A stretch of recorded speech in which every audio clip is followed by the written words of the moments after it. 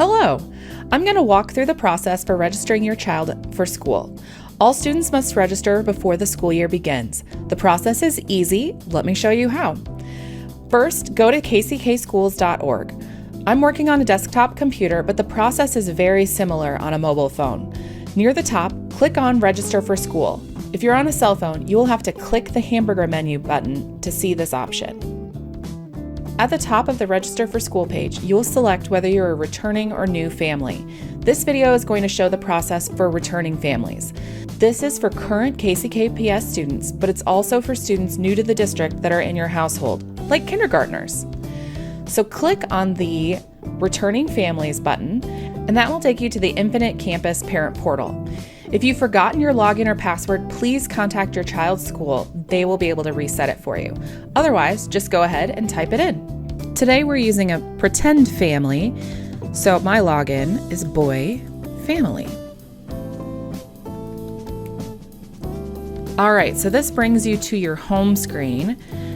And what we're going to do is, because since we are looking for online registration, there's a button right down in the corner. So go ahead and click that.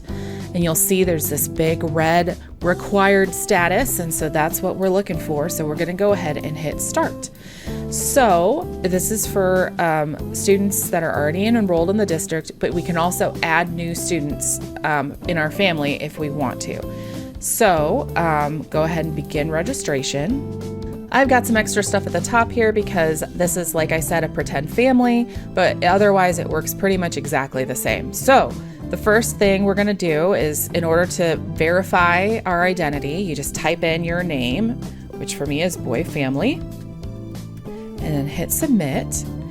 And this is going to tell you some of the things that you need to have available so that you can register. You're going to need your address and phone numbers, your parent information, student information, including health and medication, emergency contacts, and we can go ahead and get started. So first of all, this is the primary household information. We want a home phone number in there, or main phone number. Obviously 9999999 is not a real phone number, but that's what we're going to use. So make sure you put your phone number in there. This is very important because we want to be able to contact you just in case. So then you can hit next.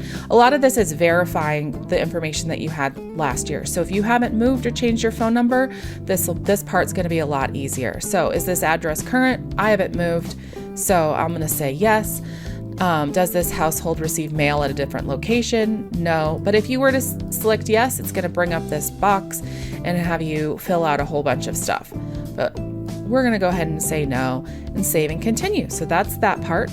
Now we have our parent or guardian information, and we just have to verify information for the mom and dad of this family. So boy family and girl family, that's the mom and dad.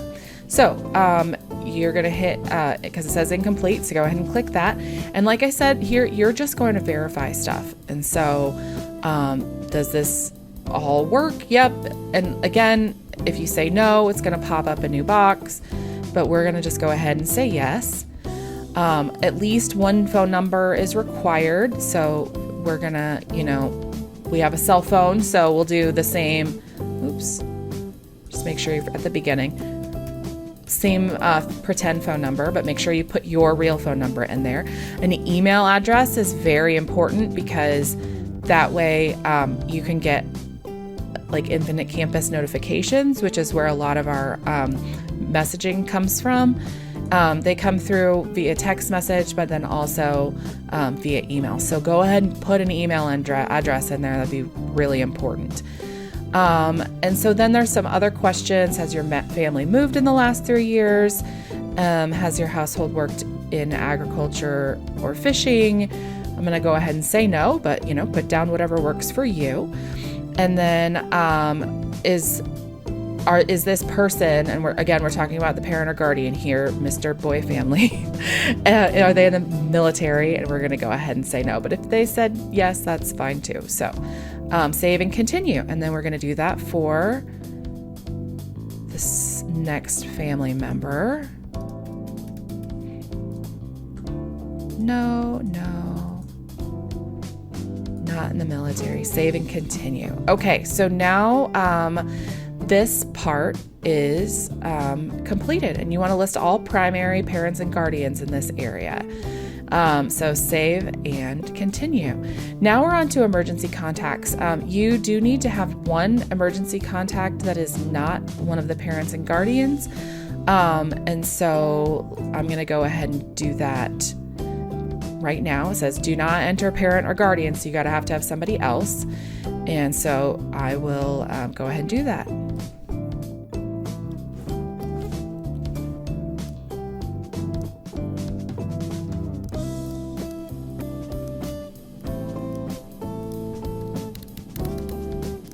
And we're going to go ahead and say that grandma lives at the same place as the rest of the family. So you can hit yes. But again, if you say no, you'll just put a new address line in. But for the ease of this video, we're going to just go ahead and say they all live together. So save and continue.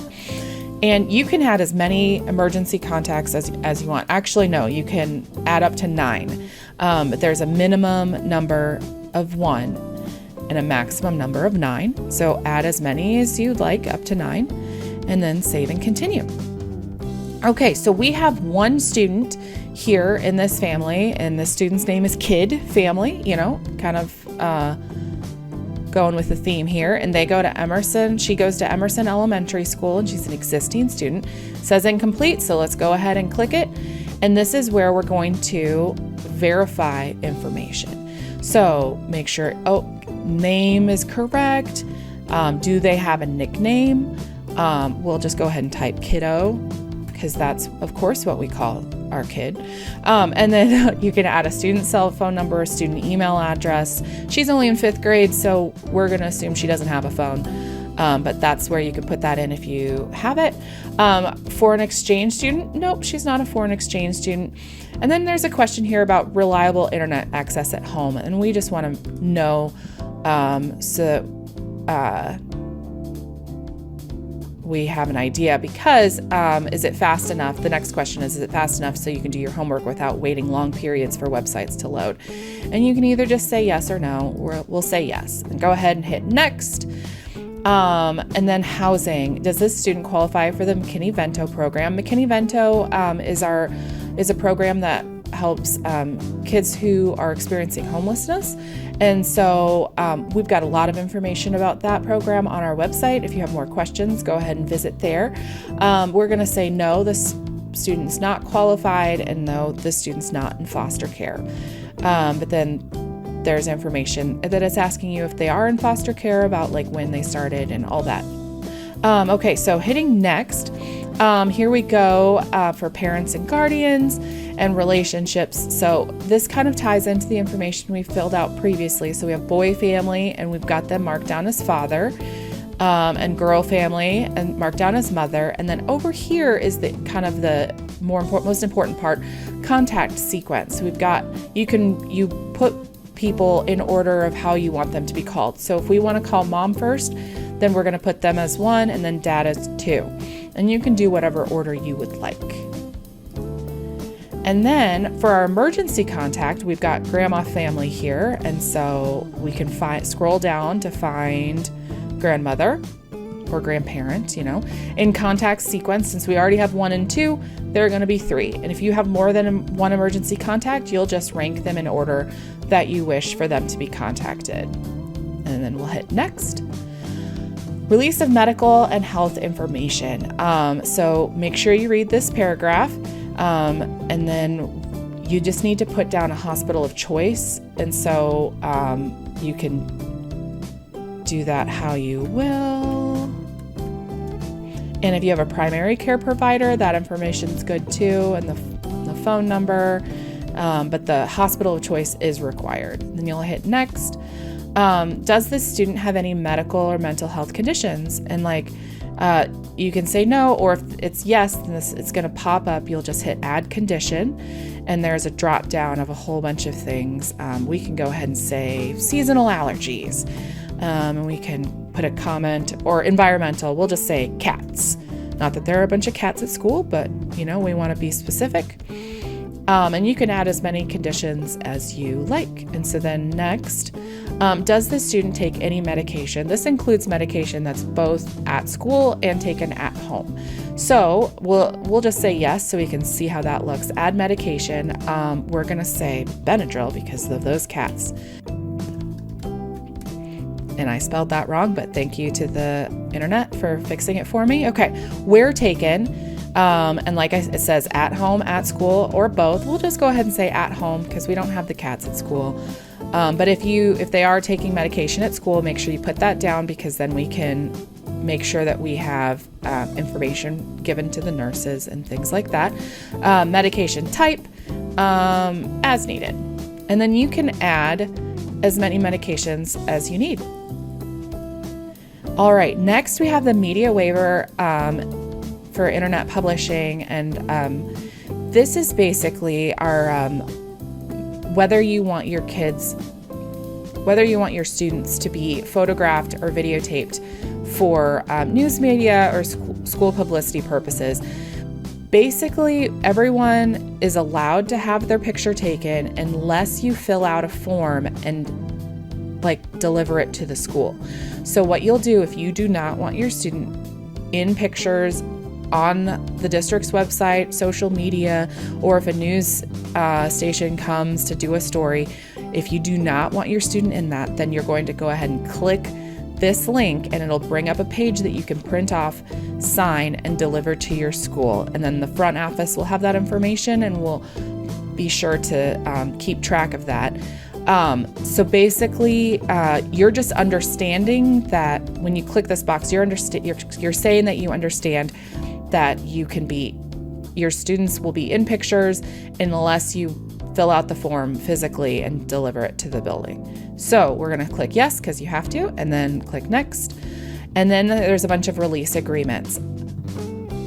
And so you have to accept all of these, make sure you read them and everything. And so then you're going to sign on this link, and it's, that looks great. And then you'll hit save and continue.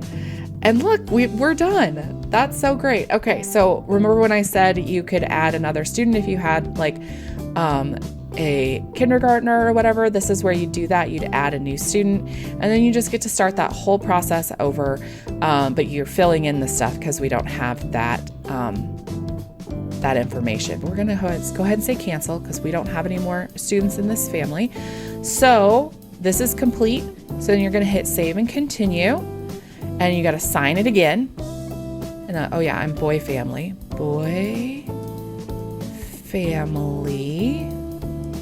It's really pretty, right? Okay, then you are going to hit submit. And you're done. You can go ahead and click this button if you want to download a PDF of all the data you submitted. But otherwise, that's it. See, not that bad. Get it done before school starts. Thank you so much.